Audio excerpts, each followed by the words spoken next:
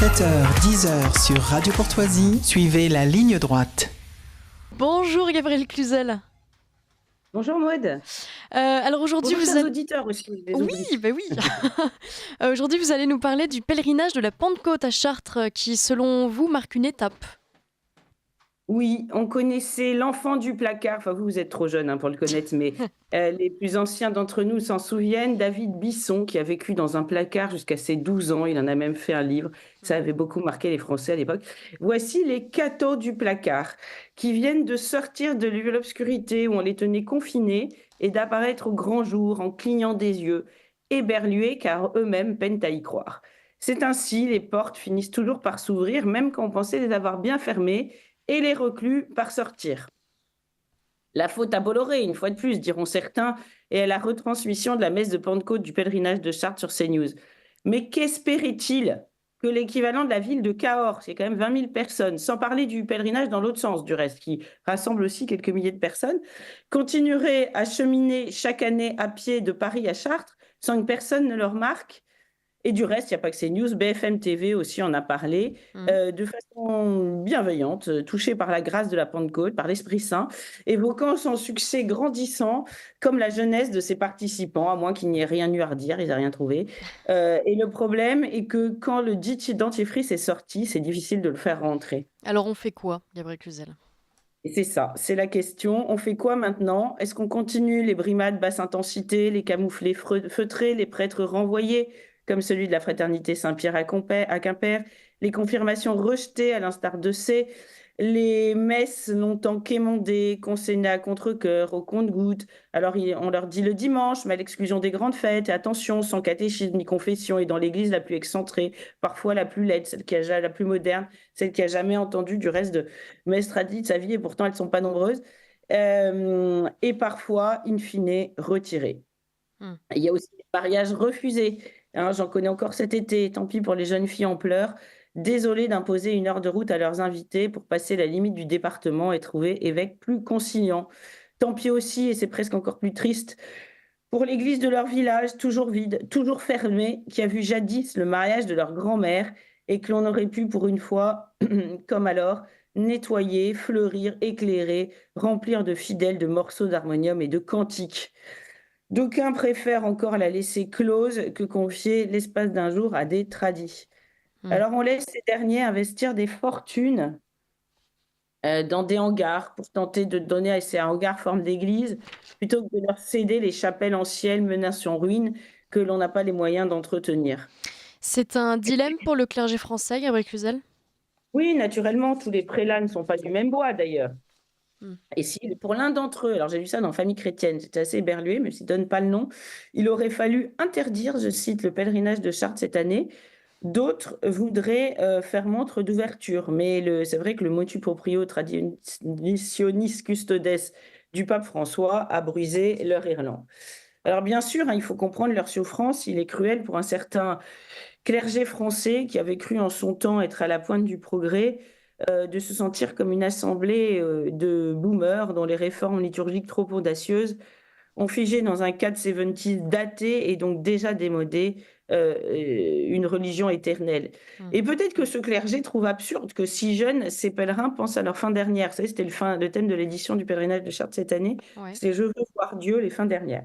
Quand on nous aura, alors vous savez ce qu'écrivait Peggy, il marche quand même sur les traces de Peggy. Quand on nous aura mis dans une étroite fosse, quand on aura sur nous dit l'absoute et la messe, veuillez vous rappeler, reine de la promesse, le long cheminement que nous faisions en Beauce. Et il n'était pas très vieux non plus, Charles Peggy. Et c'est vrai qu'ils veulent qu'on leur parle de l'enfer, sans lequel le sacrifice du Christ serait vain. Si il n'y a pas d'enfer, il n'y a pas besoin de salut. Et c'est toute l'économie oui, toute l'économie du catholicisme qui s'effondre. Et c'est étonnant peut-être pour ce clergé qu'au milieu des rires, il pense à souffrir et à offrir. Vous savez, on a souvent reproché à la religion catholique d'être doloriste. Donc, on a essayé de gommer ça, mais le sacrifice, ça s'offre. Oui, le premier à avoir offert son sacrifice, c'est le Christ, évidemment, sans offrande des souffrances. Les souffrances ne riment évidemment à rien. Justement, depuis tant d'années, l'Église avait limé soigneusement aux entournures ce que l'historien Jean Delumeau appelait la pastorale de la peur. et il l'avait limé pour rassurer et attirer et finalement, on voit le résultat. Mais à un moment, il faut se rendre à la raison, à l'évidence. Si au bout de 60 ans, les nostalgiques de la messe tridentine, que l'on croyait cacochime et que l'on attendait de voir passer, ou plutôt de voir trépasser, ne se sont pas éteints et qui se sont multipliés comme des petits pains et affichent une jeunesse insolente, c'est qu'on a confondu un EHPAD avec une pouponnière. Inutile d'attendre plus, ces fichus, ils ne disparaîtront pas. Et en réalité, il y a une seule question, sont-ils catholiques, oui ou non? S'ils le sont, et semble-t-il, personne ne semble le remettre en cause, peu importe la façon, ils ont le droit de citer pleinement, pas sur un strapontin éjectable en marge. Gilets jaunisés et contraints à la mendicité. L'Église n'est pas la SNCF avec ses wagons de diverses classes, ni la société indienne avec ses castes et ses intouchables. Mais est-ce que les Français se sentent concernés par tout cela? Est-ce que ce n'est pas une tempête dans un bénitier? Oui, bah, écoutez, on pourrait se demander, peut-être certains en m'écoutant se disent, c'est une grenouille de bénitier qui expose ses problèmes. Eh bien, pas du tout. Ce n'est pas une querelle de sacristie qui ne passionnerait que les bigots, car depuis plus de 1000 ans, chacun sait que quand l'Église éternue, c'est la France qui s'enrhume. Et le nom du pèlerinage de Chartres, Notre-Dame de chrétienté, est parlant. La chrétienté n'est pas qu'une somme de catholiques, elle est une vision de la société, celle-là même qui s'est sédimentée durant des siècles et qui est en train aujourd'hui de se retirer sous nos pieds, vitesse grand V avec tous les affres que l'on sait. Je renvoie au livre de Chantal Delsol, la philosophe Chantal Delsol, Ouais.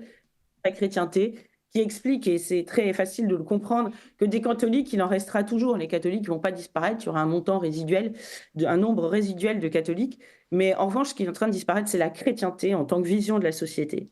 Et Hmm. vous savez, Guillaume Cuchet, qui était l'historien Guillaume Cuchet, l'historien de religion contemporaine, qui était l'invité de ce dimanche de Boulevard Voltaire, elle expliquait, il disait dans le domaine spirituel, il y a le grand remplacement, celui massif des croyants par les athées, hein, c'est aussi ce que dit Jérôme Fourquet, la matrice catholique est en train de s'effondrer et remplacée par les non-croyants, et le petit remplacement, c'est-à-dire qu'à l'intérieur du cercle rétréci des religions, eh bien, alors même si le cercle est rétréci, le petit remplacement est gigantesque aussi à son échelle, Hmm. c'est celui du catholicisme par l'islam qui deviendra religion majoritaire d'ici 10 ou 15 ans, c'est ce que dit Guillaume Cuchet.